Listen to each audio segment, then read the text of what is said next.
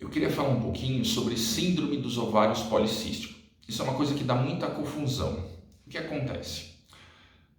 O ovário, ele, como se fosse um morango, ele tem várias sementinhas na sua superfície.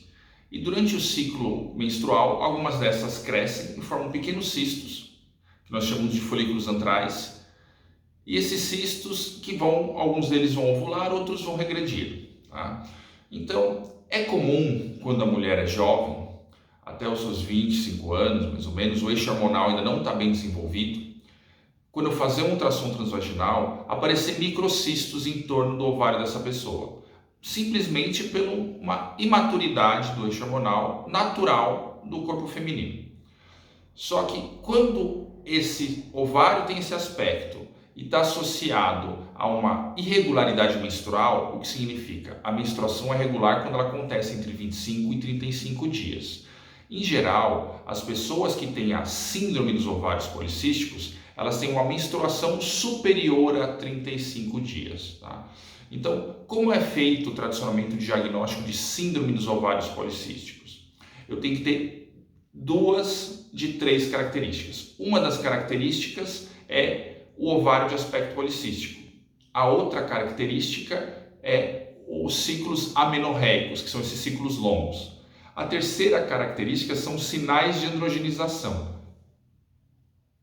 O que são sinais de androgenização?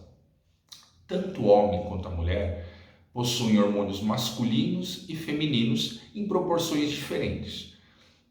Do ponto de vista do desenvolvimento embrionário até a fase adulta, o que vai transformar o embrião em feminino ou masculino é a concentração de androgênios, de hormônio masculino. Então, o que significa? Se eu tiver um embrião com carga genética masculina ou feminina, independente disso, o que vai definir se ele vai ter certas características ou não é a concentração de hormônio que essa carga genética proporciona. Então, defeitos nessa carga genética podem dar outros efeitos de fenótipo, que é a aparência física externa, no futuro. O que acontece? Quem tem a síndrome dos ovários policísticos tem um funcionamento inadequado desse eixo hormonal de produção e sensibilidade aos hormônios masculinos.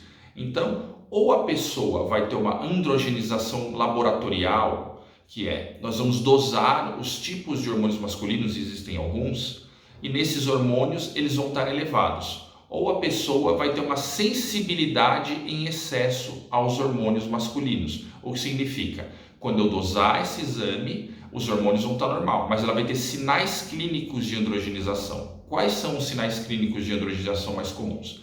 Queda de cabelo, espinhas e excesso de pelos. É importante nós diferenciarmos o hirsutismo, que é o pelo de origem hormonal, do hipertelorismo. Hipertelorismo são os pelos do antebraço, que são uma carga genética. Tem pessoas que têm mais e pessoas que têm menos. Esse crescimento dessa planugem é determinada por genética. Agora, o hirsutismo é determinada por resposta hormonal, que são os pelos que respondem a hormônios, que normalmente são os pelos da face, do tronco e das pernas. Então, voltando ao diagnóstico, que é o mais comum, que nós usamos os critérios, chamamos de critérios de Rotterdam. Se eu tiver 2 de 3, que é alteração laboratorial ou clínica para androgenização, ovários de aspecto policístico, ou os ciclos amenorreicos, eu vou chamar de síndrome dos ovários policísticos. Isso é importante falar porque nós temos que separar simplesmente uma pessoa que fez o ultrassom e tem um ovário de aspecto policístico da pessoa que tem a síndrome. Como vocês puderam reparar, a síndrome ela funciona bem por um critério de exclusão. Eu vou chamar a síndrome de ovários policísticos quando eu fizer várias dosagens hormonais, investigar, não achar doenças específicas. Por exemplo, pessoas com doenças adrenais ou algumas doenças genéticas vão ter um sinal clínico de excesso de hormônio masculino de resposta desse. E qual que é o principal tratamento para síndrome dos ovários policísticos? A gente vai basear em 3 coisas. Um é o ciclo menstrual. O ciclo menstrual na síndrome dos ovários policísticos precisa ser restaurado. Por quê? A menstruação ela é um ciclo onde no começo não tem endométrio, uma película dentro do útero. Esse endométrio vai crescendo, se não tem o bebê, esse endométrio sai. Quem tem a síndrome dos ovários policísticos permanece com o seu útero sendo constantemente estimulado para crescer o endométrio, só que ele não sai. Então você forma a menstruação e ela fica presa, ela não sai.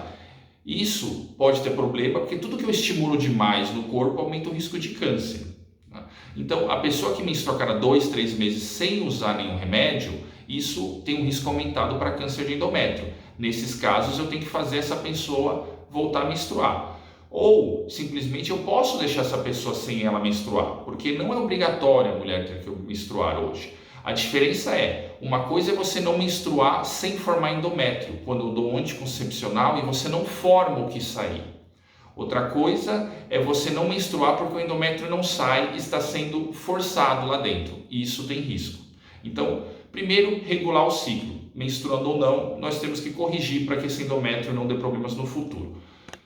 Outra coisa é a questão da fertilidade. A mulher que não menstrua todo mês, ela não está ovulando. Então, eu possuo mecanismos para voltar esse ciclo, que pode ser usando, por exemplo, um indutor de ovulação, usando um hormônio para corrigir ciclo, ou muitas vezes corrigindo a composição corporal. Mulheres que têm síndrome dos ovários policísticos, se elas perderem 10% do seu peso, em geral, elas voltam a menstruar normalmente e com isso voltam a ter a chance de ovular. E por que acontece isso? A gordura não é só um depósito de energia, a gordura ela metaboliza hormônio. Então, quando eu mudo a minha composição corporal, eu mudo a maneira como os hormônios agem no meu corpo. Então, mudando a composição corporal, com dieta e atividade física, muitas vezes eu consigo com que essa mulher volte a menstruar, ovular e tenha a chance natural de engravidar em casa. E daí, qual que é a outra questão da síndrome do ovário policístico? Eu tenho a questão de regular o ciclo quando ela não quer engravidar, de ajudar ela a engravidar quando ela está querendo, e daí tem as questões estéticas. Como eu falei, existem em algumas pessoas os sinais de androgenização clínica, que são excessos de pelos e espinhas. Como que eu vou resolver isso? Se eu der um anticoncepcional para uma pessoa que não quer engravidar, o anticoncepcional hormonal que contenha estrogênio e seja consumido pela via oral, toda vez que esse estrogênio passa pelo ciclo que a gente chama enterohepático, tudo que a gente come é dissolvido, passa pelo intestino, absorvido pelo sistema porta e vai para o fígado. O que acontece? Quando esse estrogênio passa pelo fígado, ele induz o corpo a produzir uma proteína, o SHBG. Essa proteína, o que ela faz? Ela não vai mudar a produção hormonal da pessoa, mas ela vai fazer com que aqueles hormônios masculinos que estão circulando em excesso no corpo se liguem a essa proteína e percam a função biológica. Então, o que eu fiz? Eu mudei a concentração do hormônio da pessoa? Não necessariamente, eu só mudei a ação, eu diminuí a sensibilidade dessa pessoa ao hormônio por diminuir a ação desse. E nisso eu vou evitar a piora do quadro de espinhas e de crescimento de pelos. O que acontece? No caso das espinhas, eu diminui a formação, as espinhas, a acne, ela tem um ciclo, ela desinflama e daí se eu usei hormônio para diminuir, ela não volta a formar novamente. Agora, no caso de pelo, o pelo formado, quando eu tomar o hormônio, ele não vai ser desfeito, daí só com tratamentos estéticos. A pessoa, quando ela fizer uma depilação, ela simplesmente está encurtando o pelo. Para resolver esse pelo de uma maneira permanente, eu vou ter que usar tratamentos estéticos com laser para queimar o folículo piloso. Então, primeiro eu uso um hormônio, seja anticoncepcional ou hormônios antiandrogênicos, para cortar o processo que estimula os pelos e as espinhas. Depois eu vou tratar especificamente o pelo que já existiu. Tá? Espero ter explicado algumas coisas que fiquem mais claro para vocês e ter ajudado um pouquinho vocês. Obrigado.